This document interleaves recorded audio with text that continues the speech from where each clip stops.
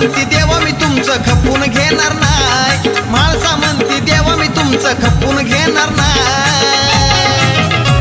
या धनगराच्या बानूबाईला बाईला